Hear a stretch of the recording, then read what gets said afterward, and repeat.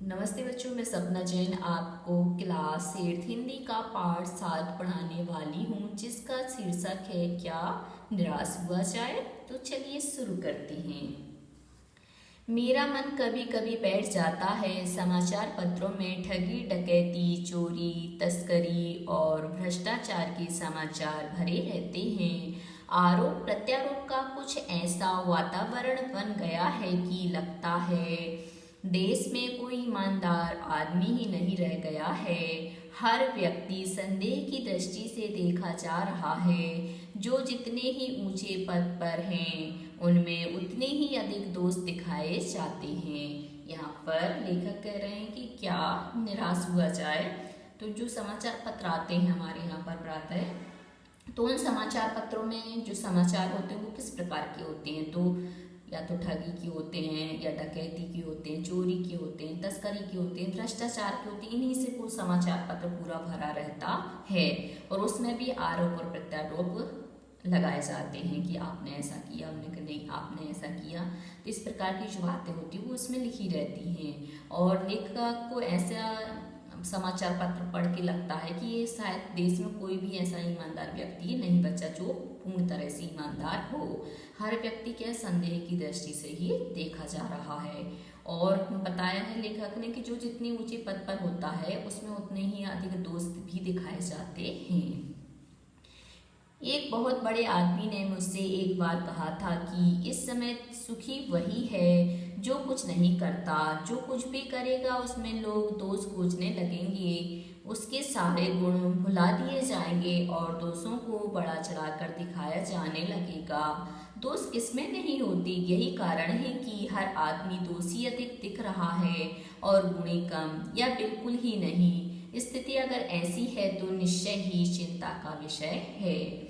आगे लेखक बताते हैं कि एक बड़े आदमी ने मुझसे कहा था कि जो लोग यहाँ संसार में कुछ करते नहीं है, मेरी दृष्टि में तो वही सुखी हैं। क्यों? क्योंकि वो कुछ करते नहीं तो लोग उसमें क्या है, दोष निकालते नहीं। और जो कोई व्यक्ति कुछ कार्य करेगा तो लोग उसमें क्या करते हैं, दोष निकाल देते हैं, जबकि गुण कम निकालते हैं। वैसे भी हमसे भी यदि बोला जाए तो हम है ना किसी की बुराई गिनाने चलेंगे तो हम 100 बुराइयां गिना सकते हैं, पर अच्छाई गिनाने चलेंगे तो मुश्किल से हमसे 10 अच्छाइयां दिखेंगी। तो यही बताया कि हर व्यक्ति क्या है, दूसरों के दोष जल्दी देख लेता है, गुणों को नहीं देख पाता है। और यह क्या है, चिंता का विषय है। क्या यही भारतवर्ष है जिसका सपना तिलक और गांधी ने देखा था? रविंद्रनाथ ठाकुर और मदन मोहन मालवीय का महान संस्कृति सभ्य भारतवर्ष किस अतीत के गड्ढर में डूब गया? आर्य और द्रविड़, हिंदू और मुसलमान, यूरोपीय और भारतीय आदर्शों की मिलन भूमि मानव महासमुद्र क्या सूख ही गया? मेरा मन कहता है ऐसा हो नहीं सकता। हमारे महान मनीषियों के सपनों का भारत है और रहेगा। आगे भारत को लेकर के, भारत के वासियों को लेकर के लेखक चिंता व्यक्त करते हुए कहता है कि मुझे लगता है क्या यह वही भारत है जिसका सपना महात्मा गांधी ने, तिलक जी ने, रविंद्रनाथ टैगोर जी ने, मदन मोहन मालवीय जी ने देखा था, या फिर जो उनका सपना था वह डूब गया है। और हमारा जो भारत है वह क्या आर्य और द्रविड़, हिंदू और मुसलमान, यूरोप और भारतीय आदर्शों की जो मिलन भूमि का महासमुद्र कहा जाता है। तो वह क्या महान समुद्र सूख गया है, उसमें जो मतलब अच्छाइयाँ थी वो गायब हो गई हैं। मेरा मन कहता है कि ऐसा हो ही नहीं सकता। हमारा भारत आज भी वैसा ही भारत है और जो महा मुनि हुए, हमारे मनीषी लोग हुए, विद्वान हुए हैं, उनका सपना ऐसे नहीं खराब हो सकता। यह सही है कि इन दिनों कुछ ऐसा माहौल बना है कि ईमानदारी से मेहनत करके जीविका चलाने वाले निरीह और भोले भाले श्रमजीवी पिस रहे हैं और कुछ झूठ तथा फरेब का रोजगार करने वाले फल फूल रहे हैं। ईमानदारी को मूर्खता का पर्याय समझा जाने लगा है। सच्चाई केवल भीरू और बेबस लोगों के हिस्से पड़ी है। ऐसी स्थिति में जीवन के महान मूल्यों के बारे में लोगों की आस्था ही हिलने लगी है। आगे बता रहा है लेखक कि यह सही है कि इन दिनों कुछ ऐसे हालात बने हैं, ऐसा वातावरण बना हुआ है कि ईमानदारी से जो मेहनत करने वाले हैं उनको वो थोड़े ही बचे हैं, और भोले वाले जो श्रमजीवी करने वाले हैं वो उसमें क्या है, पिस रहे हैं। और जो झूठ बोलने वाले हैं, झूठ फरेब से अपना रोजगार चला रहे हैं, व्यापार कर रहे हैं, वे फल फूल रहे हैं। क्योंकि कई लोग क्या करते हैं व्यापार में, जैसे कोई चीज़ है ना 1 रुपये की, उसको 10 रुपये में बेच देते तो 9 रुपये का मुनाफा कमा लेते हैं। और जो किसान वगैरह होते हैं तो किसान लोग क्या कितना श्रम करते, श्रम करने के बाद भी वो क्या है, उनको उतना पर्याप्त मात्रा में नहीं मिल पाता है।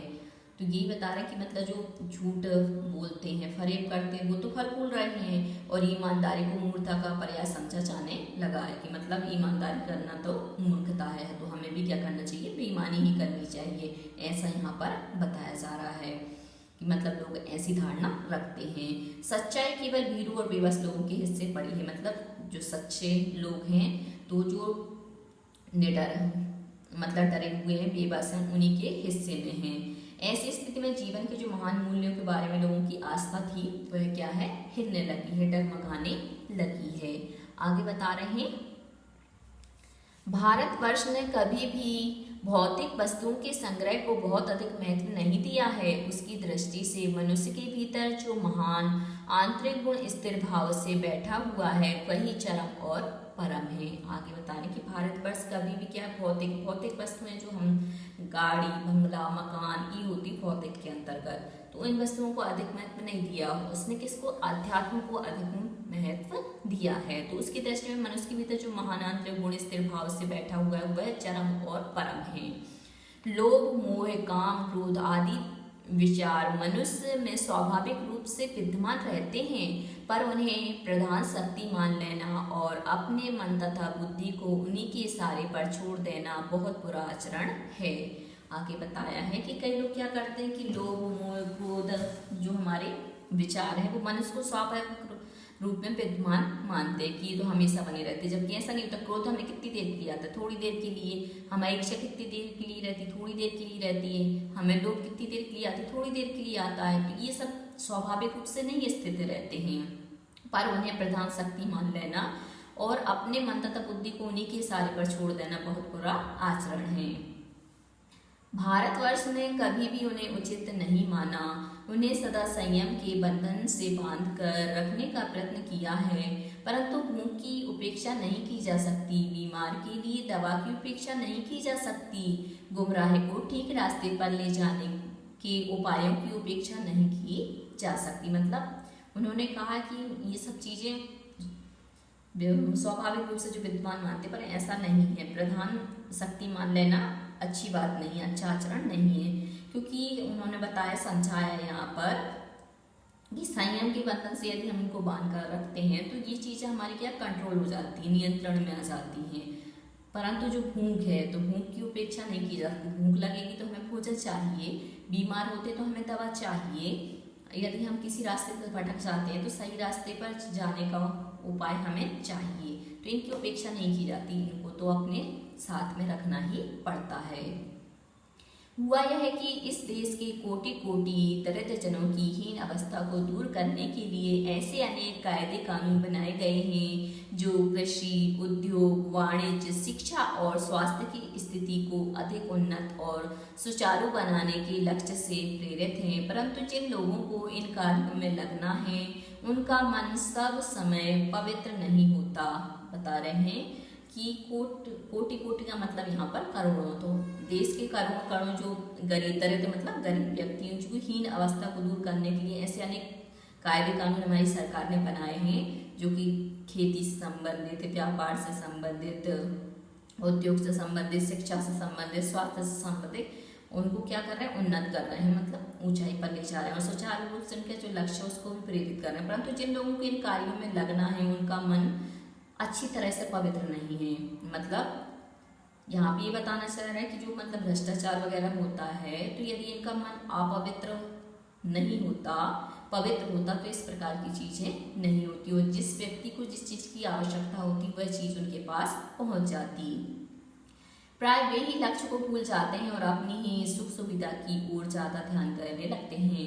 मतलब जो लोग इनको सुविधा देने के लिए चले थे तो वो उन उनकी सुविधाओं को भूल करके अपनी सुख सुविधाओं में लग जाते हैं। तो इस कारण से जो हमारी देश में गरीब लोग क्या हैं, अभी भी गरीब बने हुए हैं। भारतवर्ष सदा कानून को धर्म के रूप में देखता आ रहा है। आज एकाएक कानून और धर्म में अंतर कर दिया गया है। धर्म को धोखा नहीं दिया जा सकता, कानून को दिया जा सकता है। यही कारण है कि जो लोग धर्म भीरू हैं वे कानून की त्रुटियों से लाभ उठाने में संकोच नहीं करते। बता रहे हैं कि हमारे यहाँ पर जो कानून बनाया गया था तो कानून को क्या धर्म की दृष्टि से देखा जाता, जैसे हमारे धर्म में मानते कि किसी चीज को मारना पाप है या किसी का दिल दुखाना पाप है। तो ऐसे ही जो कानून में नियम बनाए गए थे तो वो भी क्या है, सही दृष्टि से पहले सही चल रहे थे, परंतु आजकल क्या कर दिया है, दोनों में अंतर मान लिया। मतलब कानून को तो क्या है, अपने हाथ का खिलौना समझ लिया। यदि मान लो किसी की संपत्ति है और दूसरे ने यदि वो केस जीत लिया, उसकी संपत्ति नहीं है, तो वो संपत्ति उसकी हो जाती है। तो ये ऐसा लगता है जैसे मानो कानून को क्या कर लिया, अपने हाथों में कर लिया है।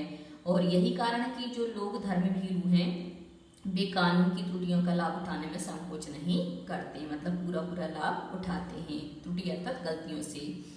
इस बात के पर्याप्त प्रमाण खोजे जा सकते हैं कि समाज के ऊपरी वर्ग में चाहे जो भी होता रहा हो, भीतर निरत भारतवर्ष अब भी यह अनुभव कर रहा है कि धर्म कानून से बड़ी चीज है। अब भी सेवा, ईमानदारी, सच्चाई और आध्यात्मिकता के मूल बने हुए हैं। वे दब अवश्य गए हैं लेकिन नष्ट नहीं हुए हैं। आज भी वह मनुष्य से प्रेम करता है, महिलाओं का सम्मान करता है, झूठ और चोरी को गलत समझता है, दूसरे को पीड़ा पहुंचाने को पाप समझता है।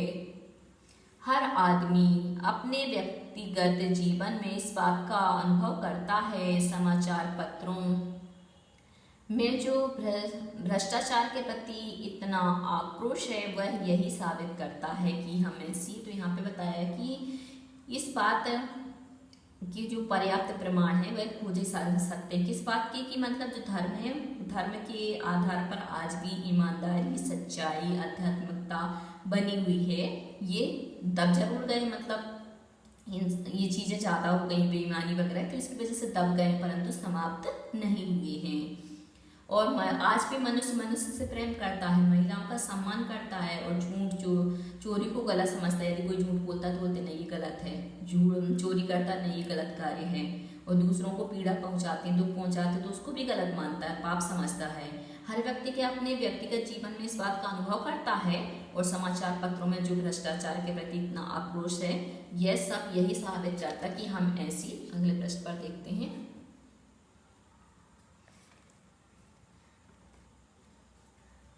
चीजों को गलत समझते हैं और समाज में उन तत्वों की प्रतिष्ठा कम करना चाहते हैं जो गलत तरीके से धन या मान संग्रह करते हैं।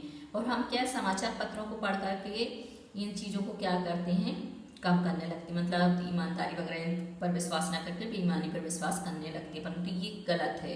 क्योंकि मान और धन यदि हम ईमानदारी से कमाते तो वो हमेशा हमारा बना रहता है। दोषों का पर्दाफाश करना बुरी बात नहीं है। बुराई यह मालूम होती है कि किसी के आचरण के गलत पक्ष को उद्घाटित करके उसमें रस लिया जाता है और दोष उद्घाटन को एकमात्र कर्तव्य मान लिया जाता है। बुराई में रस लेना बुरी बात है, अच्छाई में उतना ही रस लेकर उजागर न करना और भी बुरी बात है। सैकड़ों घटनाएं ऐसी घटती हैं जिन्हें उजागर करने से लोक चित्त में अच्छाई के प्रति अच्छी भावना जगती है। आगे बता रहे कि दोषों का पर्दाफाश करना अच्छी बात है, बुरी बात नहीं है। क्योंकि यदि किसी के अंदर बुराई है उसको हम नहीं बताएंगे कि तुम्हारे अंदर ही बुराई है तो वो कैसे समझेगा, दूसरे लोग कैसे समझेंगे कि इस बुराई को हमें नहीं करना है। और बुराई यह मालूम होती है कि किसी के आचरण के गलत पक्ष को हम क्या करते हैं, बहुत ज़्यादा बड़ा चढ़ाकर बता देते हैं और उसमें आनंद लेते हैं। और दोष उद्घाटन एकमात्र कर्तव्य मान लिया जाता है और बुराई में रस लेना बुरी बात है, मतलब किसी की बुराई करना क्या होती है, बुरी बात होती है, अच्छी बात थोड़ी होती। किसी के दोषों को हम उद्घाटित करते हैं, उसको भला बुरा कहते हैं तो ये अच्छी बात नहीं, ये बुरी बात है। और अच्छाई में उतना ही रस लेकर उजागर न करना ये उससे भी बड़ी, मतलब किसी के अंदर अच्छी बात है। मान लो किसी ने ना गरीबों की बहुत सहायता की तो अब हमें ना उसकी अच्छाई को उजागर नहीं कर रहा है, तो ये हमारे लिए क्या है, और भी बुरी बात है। और अनेकों ही ऐसे सैकड़ों घटनाएं ऐसी घटती रहती जिन्हें उजागर करने से जो लोग चित्त में अच्छाई के प्रति अच्छी भावना भी जगती है। यदि मान लो किसी ने अच्छा कार्य किया और उसका भी हमने सम्मान किया, तो उस सम्मान करने से, उसकी अच्छाई करने से दूसरे लोगों में भी क्या है, अच्छी भावनाएं उत्पन्न होती हैं। एक बार रेलवे स्टेशन पर टिकट लेते हुए गलती से मैंने 10 की बजाय 100 रुपये का नोट दिया और मैं जल्दी जल्दी गाड़ी में आकर बैठ गया। थोड़ी देर में टिकट बाबू उन दिनों के सेकंड क्लास के डिब्बे में हर आदमी का चेहरा पहचानता हुआ उपस्थित हुआ। उसने मुझे पहचान लिया और बड़ी विनम्रता के साथ मेरे हाथ में 90 रुपये रख दिए और बोला, यह बहुत गलती हो गई थी।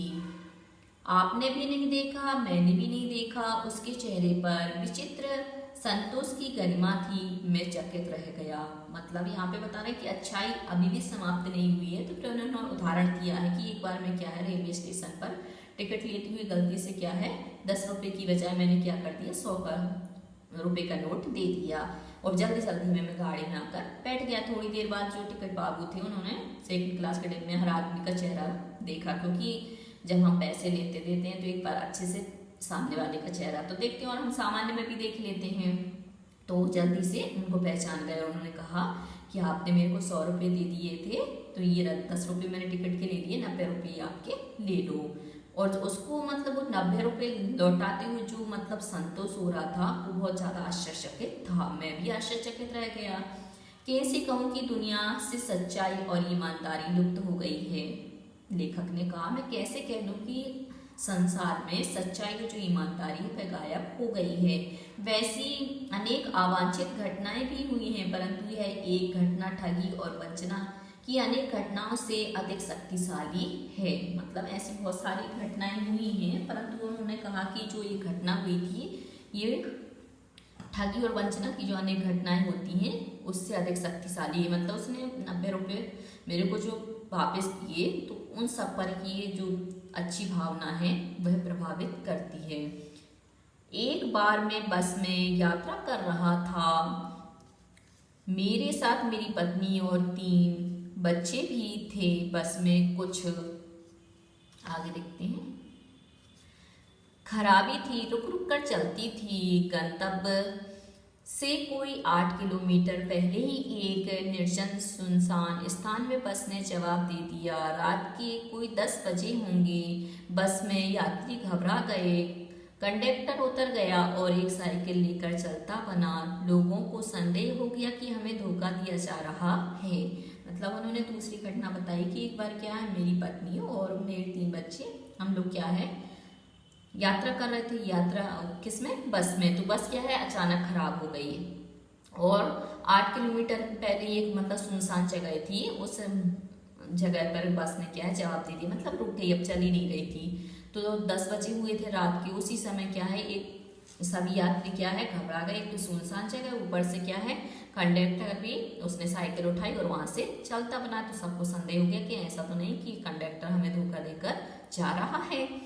बस में बैठे लोगों ने तरह तरह की बातें शुरू कर दी। किसी ने कहा यहाँ डकैती होती है। 2 दिन पहले इसी तरह एक बस को लूटा गया था। परिवार सहित अकेला नहीं था। बच्चे पानी पानी चिल्ला रहे थे। पानी का कहीं ठिकाना न था। ऊपर से आदमियों का डर समा गया था। अब लोग क्या है, जब घबराहट होती है ना, तो अनेक प्रकार की बातें करने लगती। तो यहाँ पर भी लोगों ने क्या है अनेक तरह की बातें शुरू कर दी। किसी ने कहा यहाँ पर डाकू रहते हैं, डकैती करते हैं। तो 2 दिन पहले की बात है कि बस को लूट करके है ना सब ले गए थे और बच्चे पानी पानी के लिए चिल्ला रहे थे। यहाँ तो पानी तक का कोई ठिकाना नहीं है। और इस प्रकार से जो आदमी पहले से ही डरे हुए थे और ऐसी बातें सुनकर के और ज़्यादा डर गए।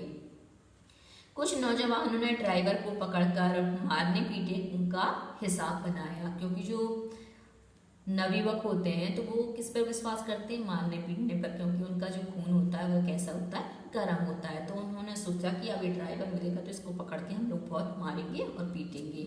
ड्राइवर के चेहरे पर हवाइयाँ उड़ने लगी। लोगों ने उसे पकड़ लिया।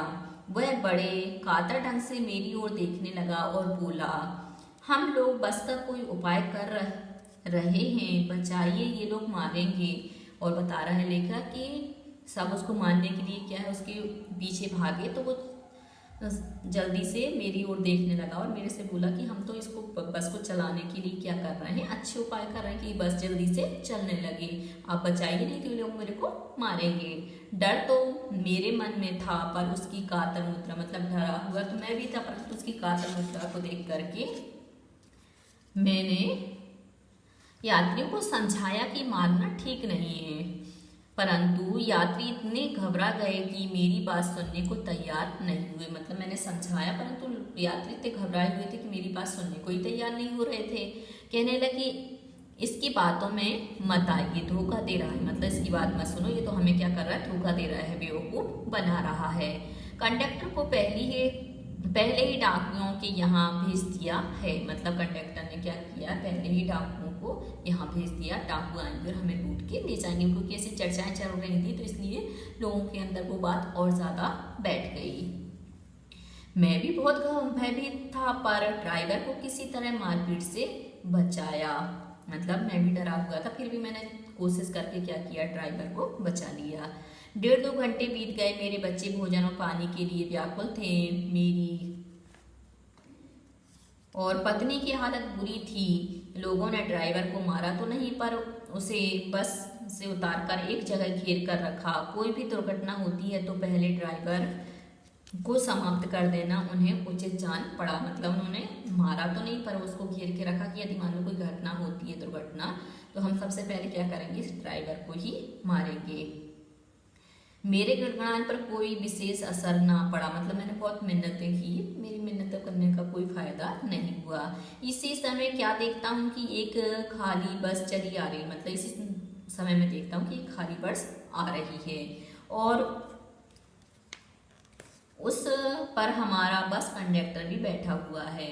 उसने आते ही कहा अड्डे से नई बस लाया हूँ, इस बस पर बैठी, और उसने आते ही कहा कि मैं बस अड्डे से क्या है नई बस लेकर आया हूँ, तो आप लोग आ जाइए और इस पे बैठ जाइए। वह बस चलाने लायक नहीं है। फिर मेरे पास एक लोटे में पानी और थोड़ा दूध लेकर आया और बोला पंडित जी, बच्चों का रोना मुझसे देखा नहीं गया, वहीं दूध मिल गया, थोड़ा लेता आया। और उसने लेखक से कहा कि मेरे से बच्चे जो रो रहे थे वो दुख देखा नहीं गया, इस कारण से वहाँ पे दूध मिल रहा था, मैं तो वो दूध लेकर के यहाँ पर आ गया हूँ। यात्रियों में फिर जान आई, सब ने उसे धन्यवाद दिया, मतलब जो यात्री घबराए हुए थे, जैसे ही उन्होंने बस को देखा और उसकी दया भाव को देखा तो उसमें क्या है, जान में जान आ गई और उन्होंने उसको धन्यवाद भी दिया। ड्राइवर से माफी मांगी और 12 बजे से पहले ही सब लोग बस अड्डे पहुंच गए। मतलब उसने क्या है, ड्राइवर से माफी मांगी, मतलब जो सब लोग उसको मारने के लिए तैयार थे, और 12 बजे से पहले से ही सब जो बस का अड्डा था वहां पर पहुंच गए। कैसे कहूँ कि मनुष्यता एकदम समाप्त हो गई, कैसे कहूँ कि लोगों में दया माया रही नहीं गई। जीवन में जाने कितनी ऐसी घटनाएं हुई हैं जिन्हें मैं भूल नहीं सकता। लेखक कहता है मैं कैसे कह दूं कि मनुष्य के अंदर मनुष्यता नहीं रही, कैसे कह दूं लोगों में दया भावना नहीं रही, मतलब सब चीजें अभी भी विद्यमान है। जीवन में जाने कितनी ही ऐसी घटनाएं होती हैं जिनको मैं भूल नहीं सकता, जैसे बस वाली घटना हुई, उसके पैसे वाली घटना हुई थी, ऐसी बहुत सारी घटनाएं हैं। ये तो सिर्फ हमें क्या है, सिर्फ उदाहरण के रूप में मिली, उसके साथ जीवन में पता नहीं कितनी घटनाएं घटी होंगी। ठगा भी गया हूँ, धोखा भी खाया है, परंतु बहुत कम स्थलों पर विश्वासघात नाम की चीज मिलती है। उसने कहा कि ऐसा हुआ कि मैं ठगा भी गया हूँ, मैंने धोखा भी खाया, परंतु ऐसा बहुत कम हुआ है कि मेरे साथ बहुत ज़्यादा विश्वासघात हुआ है। ऐसी विश्वासघात वाली चीज़ें बहुत कम मिलती हैं। केवल उन्हीं बातों का हिसाब रखो जिनमें धोखा खाया है तो जीवन कष्टकर हो जाएगा। लेखक ने बताया कि यदि हम बुरी चीज़ों को ही याद रखेंगे, हमने जिससे धोखा खाया, हम धोखे की ही बात को याद रखेंगे तो हमारा जो जीवन है वह कैसा हो जाएगा, दुखी हो जाएगा। परंतु ऐसी घटनाएं भी बहुत कम नहीं है जब लोगों ने अकारण सहायता की है, निराश मन को ढाढ़स दिया है और हिम्मत बंधाई है। और यहाँ पे लेखक कहते हैं कि ऐसी बहुत सी घटनाएं हैं जिनमें क्या होता है कि अकारण ही लोग क्या है एक दूसरे की सहायता करते हैं। जैसे कि अभी कोरोना काल, जब हमारे यहाँ पे कोविड-19 आया था तो कितने सारे जो हमारे अभिनेता लोग थे उन्होंने सहायता की। अब उनको क्या मिल रहा था, उसे कुछ भी नहीं मिल रहा था, फिर भी उन्होंने किया। जिनकी परिस्थिति नहीं थी उन लोगों ने भी क्या है, ऐसे लोगों की सहायता की जिनके साथ इस प्रकार की घटना घटी। तो ऐसे मतलब निराश मन को ढाढ़स दिया है और हिम्मत भी बधाई है।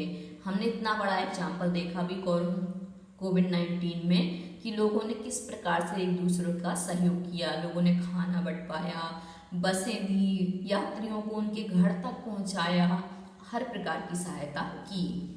तो कविवर रविंद्रनाथ ठाकुर ने अपने प्रार्थना गीत में भगवान से प्रार्थना की थी कि संसार में केवल नुकसान ही उठाना पड़े, धोखा ही खाना पड़े, तो ऐसे अवसरों पर भी हे प्रभु मुझे ऐसी शक्ति दो कि मैं तुम्हारे ऊपर संदेह ना करूं। फिर यहाँ पर बताया कि जो रविंद्रनाथ टैगोर जी हैं, रविंद्रनाथ ठाकुर, उन्होंने एक प्रार्थना गीत लिखा है। उस प्रार्थना गीत में कहा कि भगवान संसार में मेरे को कभी नुकसान हो, धोखा हो या किसी प्रकार की हानि हो तो मैं कभी आपको दोष ना दूं, आप पर संदेह ना करूं।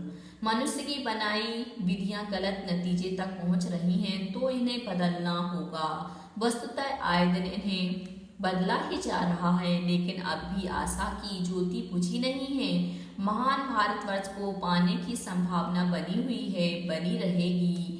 मेरे मन निराश होने की जरूरत नहीं है। यहाँ पे लेखक कहता है कि मनुष्य की बनाई जो विधियां वह गलत नतीजे तक पहुंच रही हैं तो इन्हें बदलना भी होगा, मतलब बदलाव लाना होगा। और आए दिन ऐसी घटनाएं भी घटती रहती हैं जिनके कारण हम क्या है, निराश हो जाते, परंतु हमें उस निराशा को आशा में बदलना होगा। और जो हमारा महान भारतवर्ष है उसकी जैसी महात्मा गांधी लोगों ने कल्पना की थी वैसा ही उसको बनाए रखना होगा। और इसीलिए उसने अपने मन को कहा कि मेरे मन निराश होने की जरूरत नहीं है, क्योंकि यदि हम निराश में से उपसर्ग हटा दें तो हमारे पास क्या बचेगा, आस, मतलब आशा ही बचेगी। इस निबंध को लिखने वाले हैं हजारी प्रसाद द्विवेदी जी, ये ही हमारे यहाँ पर लेखक हैं। अब आते हैं हम प्रश्न अभ्यास पर। सबसे पहला प्रश्न है आपके विचार से। लेखक ने स्वीकार किया है कि लोगों ने उन्हें भी धोखा दिया है और फिर भी वह निराश नहीं है। आपके विचार से इस बात का क्या कारण हो सकता है? तो लेखक ने अपने व्यक्तिगत अनुभवों का वर्णन करते हुए कहा है कि उसने धोखा भी खाया है, परंतु बहुत कम स्थलों पर विश्वासघात नाम की चीज मिलती है। हमेशा ऐसा नहीं होता कि हमारे साथ विश्वासघात होता रहे, कभी कभार ऐसा होता है। पर उसका मानना है कि अगर वो इन धोखों को याद रखेगा तो उसके लिए विश्वास करना बेहद कष्टकारी होगा, मतलब वो दूसरे लोगों पर विश्वास नहीं कर पाएगा। और ऐसी घटनाएं भी बहुत कम नहीं है जब लोगों ने अकारण उनकी सहायता की है, निराश मन को धैर्य बंधाया है, हिम्मत बंधाई है, टिकट बाबू द्वारा बचे हुए पैसे लेखक को लौटाना, बस कंडक्टर द्वारा दूसरी बस व बच्चों के लिए दूध लाना आदि ऐसी घटनाएं हैं। इसलिए उसे विश्वास है कि समाज में मानवता, प्रेम, आपसी सहयोग अभी भी समाप्त नहीं हुआ है और न होगा।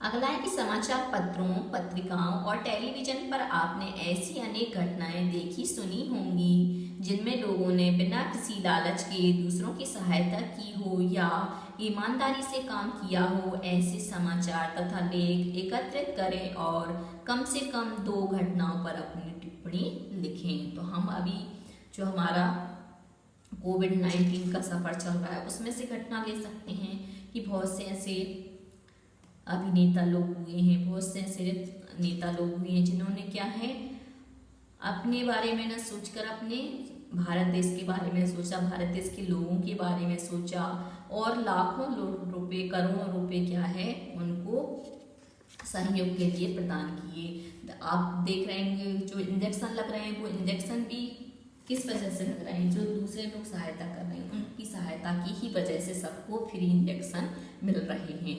नहीं तो हम एक इंजेक्शन लगवाते तो हमें कम से कम 5-5 हज़ार रुपये एक व्यक्ति के हिसाब से देना पड़ता, परंतु इन लोगों के सहयोग के कारण ही अंबानी है, टाटा अंबानी है, मुकेश अंबानी, ये सब भी क्या सहयोग करते हैं। जितने भी हमारे और बाहर विदेश में जो काम करते हैं वो भी क्या है गरीबों के लिए पैसा भेजते रहते हैं। लेखक ने अपने जीवन की दो घटनाओं में रेलवे के टिकट बाबू और बस कंडक्टर की अच्छाई और ईमानदारी की बात बताई है। आप भी अपने या अपने किसी परिचित के साथ हुई किसी घटना के बारे में बताइए जिसमें किसी ने बिना किसी स्वार्थ के भलाई, ईमानदारी और अच्छाई के कार्य किए हों।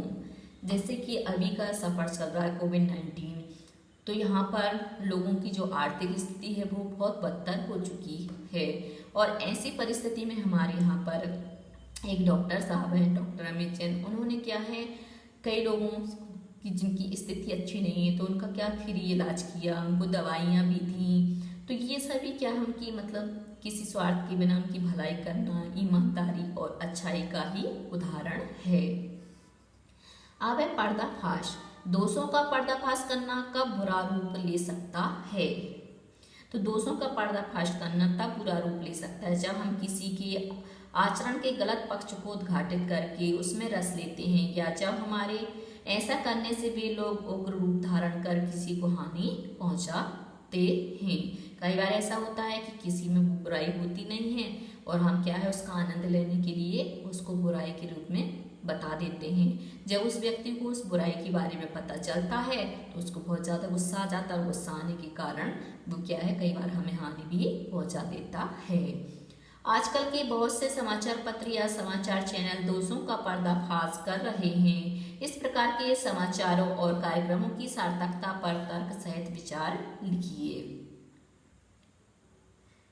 तो इस प्रकार के पर्दाफाश से समाज में व्याप्त बुराइयों से अपने आसपास के वातावरण तथा लोगों से अवगत हो जाते हैं और इसके कारण समाज में जागरूकता भी आती है। साथ ही समाज समय रहते ही सचेत और सावधान भी हो जाता है क्योंकि उसको पता चल जाता है कि हमें क्या करना चाहिए और क्या नहीं करना चाहिए।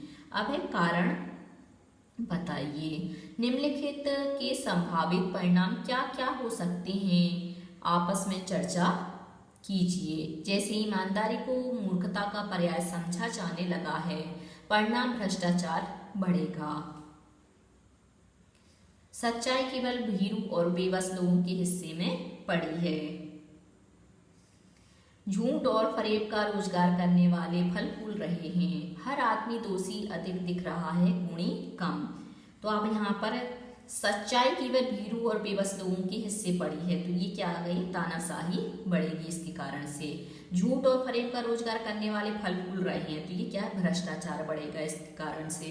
हर आदमी दोषी अधिक दिख रहा है, गुणी कम, तो इसकी वजह से क्या है, अविश्वास बढ़ेगा। लोगों का जो विश्वास था वो क्या है, कम हो जाएगा। दो लेखक और बस यात्रा। आपने इस लेख में एक बस की यात्रा के बारे में पढ़ा। इससे पहले भी आप एक बस यात्रा के बारे में पढ़ चुके हैं। यदि दोनों बस यात्राओं के लेखक आपस में मिलते तो एक दूसरे को कौन कौन सी बातें बताते, अपनी कल्पना से उनकी बातचीत लिखिए। तो हमने दोनों ही चैप्टर पढ़े हैं, पार्ट पढ़े हैं, तो उनके आधार पर हमें बताना है कि वो यदि आपस में मिलेंगे तो किस प्रकार की बातें करेंगे।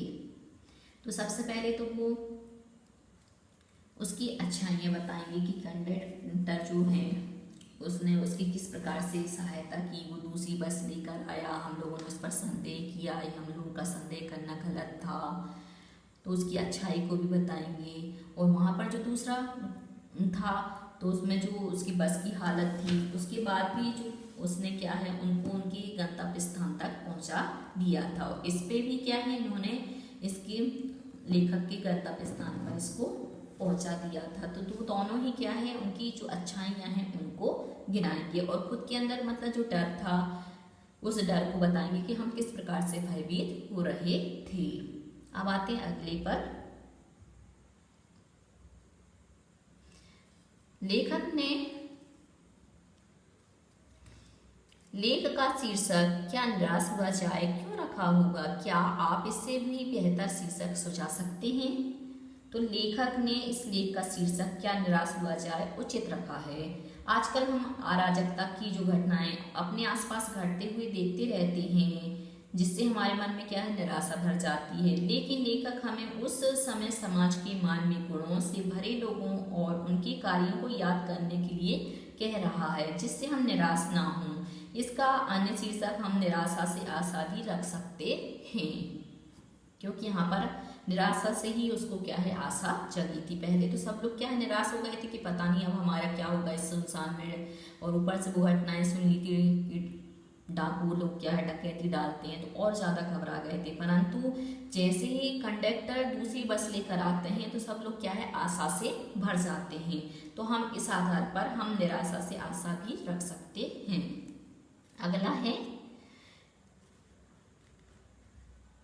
यदि क्या निराश हुआ जाए के बाद कोई विराम चिन्ह लगाने के लिए कहा जाए तो आप दिए गए चिन्हों में से कौन सा चिन्ह लगाएंगे? अपने चुनाव का कारण भी बताइए। तो यहाँ पे बहुत सारे विराम चिन्ह दिए हैं, योजक चिन्ह दिया है, अर्ध विराम दिया, अल्प विराम है, पूर्ण विराम है, विस्मयादिबोधक है, प्रश्नवाचक है, अल्प विराम है, और यहाँ पे इतने सारे यहाँ पे ये दिए हुए हैं। तो अब हमें यहाँ पे क्या बताना है कि हम कौन सा चिन्ह लगाएंगे। तो क्या निराश हुआ जाए के बाद में प्रश्न चिन्ह लगाएंगे, क्योंकि हम यहाँ पे क्या है प्रश्न उठा रहे हैं कि क्या निराश हुआ जाए, और जो क्या शब्द होता है वो वैसे भी यहाँ पर किसको बता रहा है, प्रश्नवाचक को बता रहा है, इसलिए हम प्रश्नवाचक चिन्ह लगाएंगे। और ये लगाना उचित समझता हूँ। समाज में व्याप्त बुराइयों के बीच रहते हुए भी जीवन जीने के लिए सकारात्मक दृष्टि भी जरूरी है। आदर्शों की बातें करना तो बहुत आसान है, पर उन पर चलना बहुत कठिन है। क्या आप इस बात से सहमत हैं? तर्क सहित उत्तर दीजिए। तो आदर्शों की बातें करना तो बहुत आसान है, पर उन पर चलना बहुत कठिन है। मैं इस कथन से सहमत हूँ, क्योंकि व्यक्ति जब आदर्शों की राह पर चलता है तब उसे अनेक कठिनाइयों का सामना करना पड़ता है। असामाजिक तत्वों को अकेले ही सहना पड़ता है। अब है सपनों का भारत। हमारे महान मनुष्यों के सपनों का भारत है और रहेगा। आपके विचार से हमारे महान विद्वानों ने किस तरह के भारत के सपने देखे थे, लिखिए। तो हमारे जो महान विद्वान हुए हैं उन्होंने हमारे भारत के अंदर सच्चाई, ईमानदारी, परोपकारता, दयालुता आदि गुण देखे थे, वो आज भी हमारे भारत में विद्यमान हैं। आपके सपनों का भारत कैसा होना चाहिए, लिखिए। तो हमारे सपनों का भारत स्वच्छ भारत होना चाहिए, और स्वच्छ सिर्फ ये नहीं कि सिर्फ सफाई हो, हमारे मन की भी पवित्रता हो, हमारे मन में किसी भी प्रकार की वैर विरोध का भाव ना हो, आपसी विरोध ना हो, हम एक दूसरे की सहयोग करने की भावना रखें। तो इस प्रकार का भारत हमारा होना चाहिए, और हमारे भारत में हमेशा से ये परोपकार की भावना रही है। हमारे भारत में पेड़ पौधे, नदी, तालाब सभी को क्या है परोपकार की दृष्टि से ही बताया है। संत महात्मा लोग अपने लिए संचय नहीं करते बल्कि दूसरों के लिए ही संचय करते हैं, धन वगैरह। तो ऐसा हमारा जो भारत पहले था वैसा ही आगे भी रहेगा। भाषा की बात, दो शब्दों के मिलने से समास बनता है। समास का एक प्रकार है द्वंद्व समास। इसमें दोनों शब्द प्रधान होते हैं। जब दोनों भाग प्रधान होंगे तो एक दूसरे में द्वंद्व स्पर्धा होड़ की संभावना होती है। कोई किसी से पीछे रहना नहीं चाहता, जैसे चरम और परम। तो चरम और यहाँ पे योजक चिन्ह लग के बना है परम। भीरू और बेबस, तो भीरू योजक चिन्ह बेबस।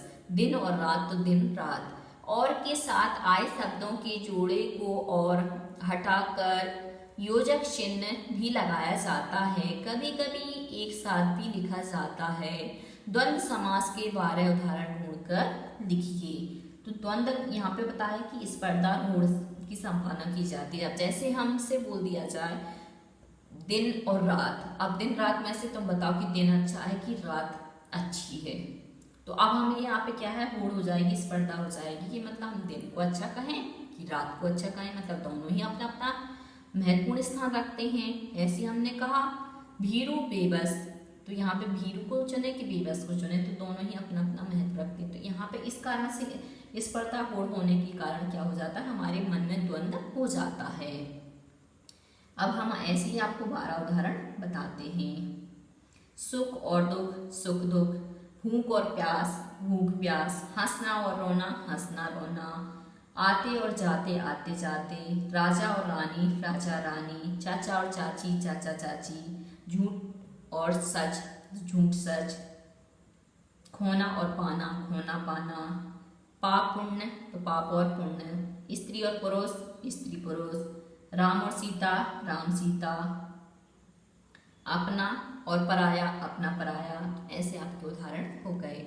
पाठ से तीनों प्रकार की संज्ञाओं के उदाहरण पूछकर लिखिए। तो हमारी 3 संज्ञा होती है, व्यक्तिवाचक संज्ञा, भाववाचक संज्ञा, जातिवाचक संज्ञा। तो व्यक्तिवाचक संज्ञा कैसे कहते हैं? जब किसी विशेष व्यक्ति, वस्तु, स्थान आदि का वर्णन किया जाता है या बताया जाता है उसको, तो हम व्यक्तिवाचक संज्ञा कहते हैं। जैसे हमने बोला महात्मा गांधी, तो महात्मा गांधी क्या हो गया? एक महान पुरुष हो गया। हमने बोला हिमालय, तो हिमालय क्या हो गया? एक विशेष पर्वत हो गया। तो इस प्रकार से जहाँ पर विशेष शब्द जुड़ जाता है वहाँ पर क्या होती है? व्यक्तिवाचक संज्ञा होती है। फिर आते हैं जातिवाचक संज्ञा। तो जहाँ पर क्या है?